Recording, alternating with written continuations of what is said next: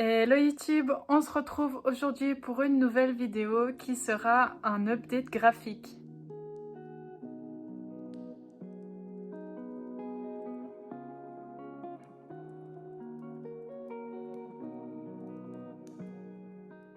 Alors voilà, je suis rendue à plusieurs graphiques à vous présenter.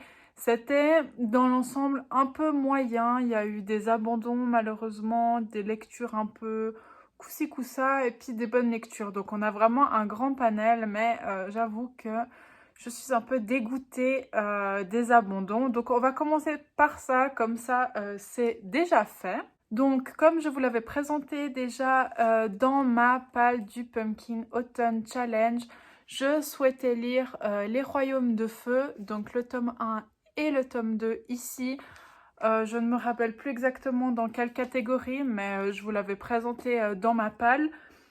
Et malheureusement, j'ai commencé le tome 1, je suis allée jusqu'à à peu près un quart, je pense.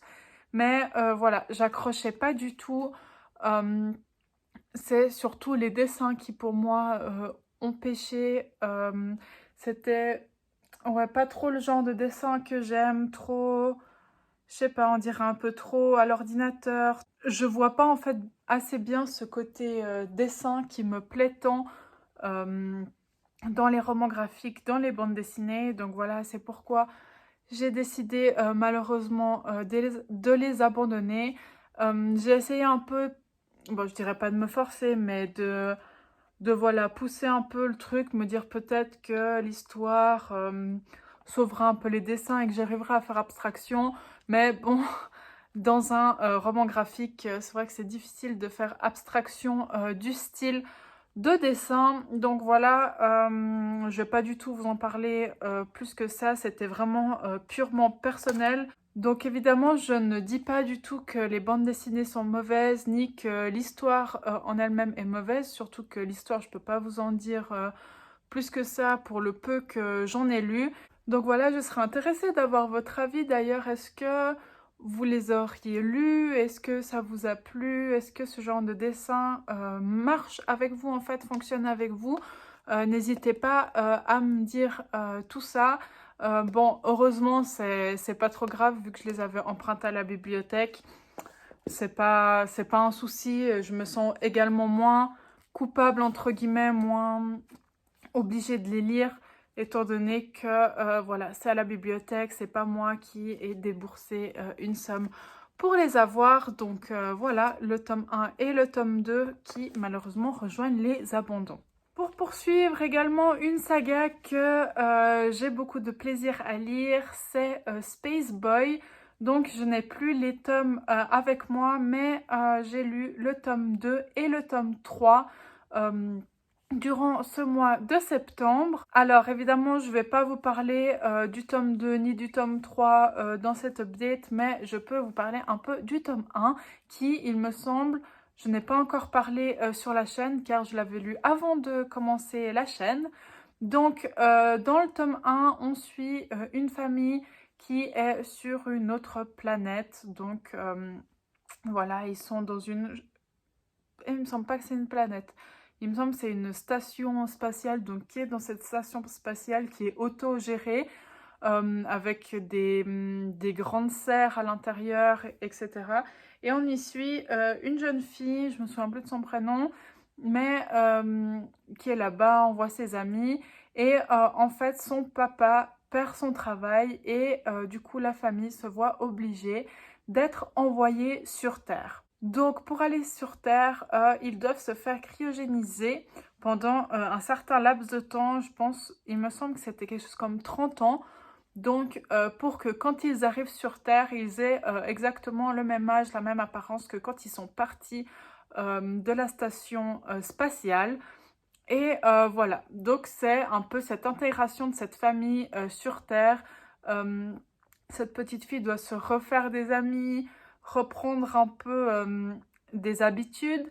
Et il y a également tout le fait que quand elle arrive sur Terre, ses amis qui sont restés dans la base spatiale sont plus vieux de 30 ans. Vu qu'elle est restée cryogénisée 30 ans, euh, qui est l'équivalent du voyage pour aller sur Terre, les amis qui étaient dans la base spatiale, eux, ont continué de vieillir comme normal. Donc voilà, il y a cette différence d'âge qui ajoute en fait un côté difficile. Et ouais, on voit cette petite fille qui a été forcée, entre guillemets, à aller sur Terre. La famille n'a pas eu le choix.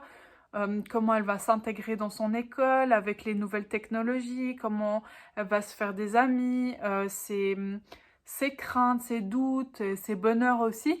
Donc voilà, c'est ça un peu l'intrigue du tome 1. Et il me semble qu'il y a quand même pas mal de tomes à cette saga. Il doit y avoir au moins 5 tomes, si ce n'est plus. Donc si j'ai l'info, je vous la mets là en bas. Mais ouais, il y a au moins 5 tomes. Donc là, j'ai lu les 3 premiers. J'adore les dessins de cette bande dessinée. Je les trouve très sympas. Les couleurs également, c'est toujours très beau à voir. Donc j'ai toujours un grand plaisir à la lire. C'est une bande dessinée assez jeunesse, donc on y suit des enfants au collège, etc. Donc voilà, il faut aimer ce côté jeunesse également. Mais moi, c'est quelque chose qui ne me dérange pas. Et là, j'ai toujours du plaisir à suivre ces aventures de cette petite fille. Ça m'énerve un peu de ne pas retrouver son nom, mais bon, tant pis. Booktube en carton. Donc voilà, si vous aimez bien tout ce qui est ambiance un peu spatiale, un peu nouvelle technologie, comme ça, les différences de monde, laissez-vous tenter par cette bande dessinée. Également, si le jeunesse ne vous dérange pas. Ensuite, j'ai lu Ion, qui est une bande dessinée qui parle de la notion du temps, du voyage dans le temps. Ouais, pas vraiment voyage de temps, mais vraiment le temps en tant que notion. Donc, je n'ai pas cette BD sous la main car je l'ai également empruntée à la bibliothèque. Donc, je vous mets la couverture comme d'habitude juste ici. Dans cette bande dessinée, on parle d'une dame qui arrive avec son vaisseau sur une planète inexplorée. Elle doit prendre une mission qu'elle a reçue lorsqu'elle était dans son vaisseau. Et elle arrive dans ce lieu inexploré, abandonné, qui est vraiment rendu à lui-même. Il y a de la mousse un peu partout, c'est délabré. Et elle tombe sur un cadavre dans cet endroit, donc qui est un ancien chercheur. Et quand elle veut en savoir un peu plus sur cette affaire, elle est bloquée par une sorte d'androïde dans cette salle et elle doit subir toutes sortes d'expériences, j'ai envie de dire, qui sont toutes liées avec le temps. Donc voilà, c'est un résumé très mystérieux, c'est très difficile de vous en parler parce que même moi j'ai eu de la peine à comprendre cette bande dessinée avant la fin en fait. Jusqu'à la fin j'étais un peu perdue, je me disais mais qu'est-ce qui se passe là? Qui c'est eux? Et puis elle, et puis tout ça.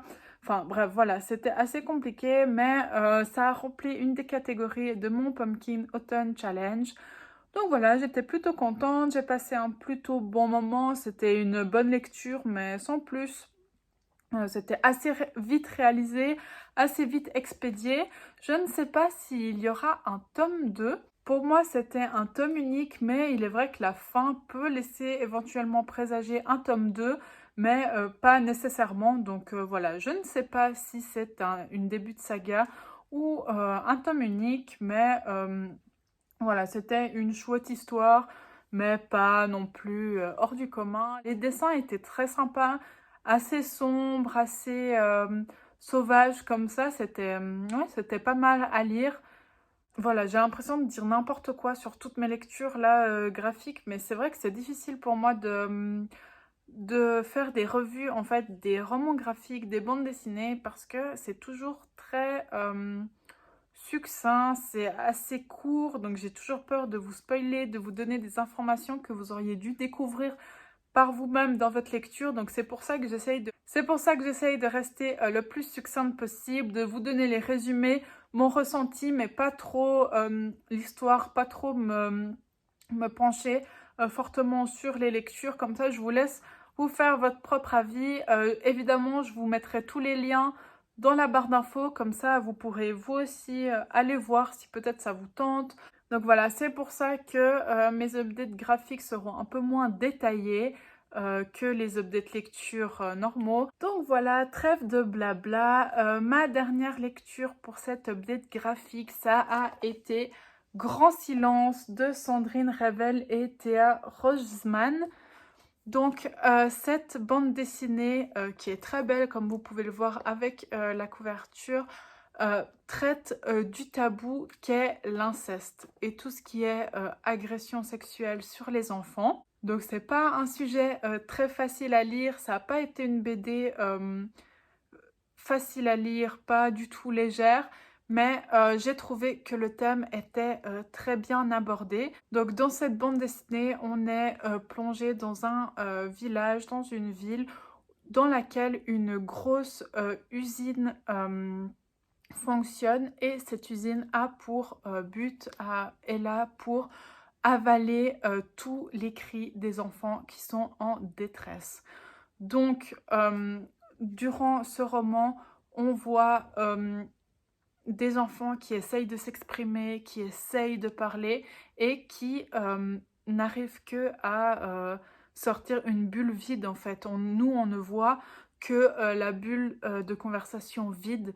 Et ça, j'ai trouvé que c'était très fort, très imagé et que du coup, ça fonctionnait très bien sur moi. Ça m'a vraiment... je sais pas, je dirais pas mis un choc, mais quand même, ça m'a mis mal à l'aise parce que, vous voyez, si vous voyez quelqu'un dans la rue qui essaye de vous exprimer quelque chose mais qui n'y arrive pas, vous pouvez pas forcément le percevoir, qui vous cache quelque chose ou qu'il a quelque chose qu'il aimerait exprimer qu'il n'arrive pas. Tandis que là, le fait qu'il y ait un élément graphique qui nous montre que ces enfants souhaiteraient s'exprimer mais que rien ne sort, que tout ce qui... Ouais, rien ne peut... Ils n'arrivent à rien à exprimer en fait. Tout ce qui sort, c'est des bulles vides, des bulles que les gens ne peuvent pas comprendre, qui sont un peu invisibles. Et pour moi, voilà, c'était très marquant dans cette bande dessinée. C'est ça qui m'a assez bouleversée. Les dessins étaient vraiment sublimes. On a une alternance entre le orange et le bleu qui est très forte. J'ai beaucoup aimé le coup de crayon. C'est très, vous voyez, contrairement à ce que je disais avec le Royaume de Feu, là on voit vraiment les coups de crayon, on voit comment ça a été dessiné et c'est voilà cet effet un peu de matière que j'aime beaucoup dans les romans graphiques. Voilà, j'ai beaucoup aimé cette bande dessinée. Donc si cette bande dessinée vous intéresse, n'hésitez pas à vous la procurer ou à essayer de la trouver dans vos bibliothèques, médiathèques. C'était très bien. Attention, bah évidemment, c'est un sujet pas facile à lire qui a été pour moi très bien traité, tout en finesse et très compréhensible et pas du tout enfantine. Ça convient très très bien aux adultes. C'est même plutôt, je pense, pour les adultes que pour les enfants. Ouais, effectivement, dans le résumé, ils disent que c'est un conte pour adultes. Donc c'est tout à fait ça, un conte pour adultes autant bouleversant que merveilleux. Je vous le recommande à 100% si vous arrivez à vous le procurer. J'insiste, mais c'est une BD pour moi qui est très importante. Il faut lever ces tabous sur les agressions sexuelles sur les enfants, tout ce qui est même l'inceste, toutes ces choses. Il faut lever ce tabou. Et pour moi, cette bande dessinée est très importante dans ce sujet-là. Elle s'est traitée avec beaucoup de finesse, comme je l'ai dit. Et pour moi, c'est très, très important de se documenter là-dessus. À la fin de l'ouvrage, il y a des chiffres qui, moi, m'ont vraiment choquée. Donc voilà, j'ai envie de me renseigner sur le sujet. J'ai envie d'en parler pour que ce ne soit plus un tabou, pour que les enfants puissent parler, pour qu'on les croie. On voit des enfants qui vivent des choses et que les parents ne les croient pas parce que c'est des membres de la famille, parce que voilà, on a toujours l'impression que les enfants mentent ou que l'adulte a toujours raison. Et ça, c'est grave. Donc voilà, lisez cette BD. Et n'hésitez pas d'ailleurs, si vous l'avez lu, à venir me dire ce que vous en avez pensé. Je serais vraiment très heureuse de discuter avec vous de cette bande dessinée. Donc voilà, c'en est tout pour moi pour cette update bullesque, j'ai envie de dire. Je pense que ce sera ça le titre de la vidéo, ça me plaît bien, update bullesque. Comme vous l'avez vu, des lectures un peu mitigées, des abandons, des lectures bof bof. Mais heureusement, cette bande dessinée, donc Un grand silence, a remonté tout le niveau des précédentes lectures. Pour les prochaines fois, je ne suis pas sûre de toujours séparer l'update lecture roman de l'update lecture bullesque, graphique, parce que en fonction des mois, je lis plus ou moins de l'un, plus ou moins de l'autre. Là, c'était plutôt équilibré, donc je n'avais pas envie de vous faire une vidéo qui dure 45 minutes pour vous parler de tous les romans que j'ai lus ainsi que toutes les bandes dessinées. Donc c'est pour ça que j'ai fait deux vidéos différentes, mais à l'avenir ce sera pas toujours le cas. Donc on verra bien. Voilà, c'en est tout pour moi. J'espère que cette vidéo vous aura tout de même plu. Je sais que mes avis sont pas toujours très professionnels entre guillemets, pas très poussés, recherchés, mais j'essaye de m'améliorer un peu avec le temps. Ça vient de plus en plus et là, comme je vous ai dit, pour moi les bandes dessinées, les romans graphiques, c'est toujours difficile à chroniquer, à faire des revues, mais je vais m'améliorer. J'espère que cette vidéo vous aura plu. Comme d'habitude, je vous souhaite de magnifiques lectures et une très belle journée. Ciao!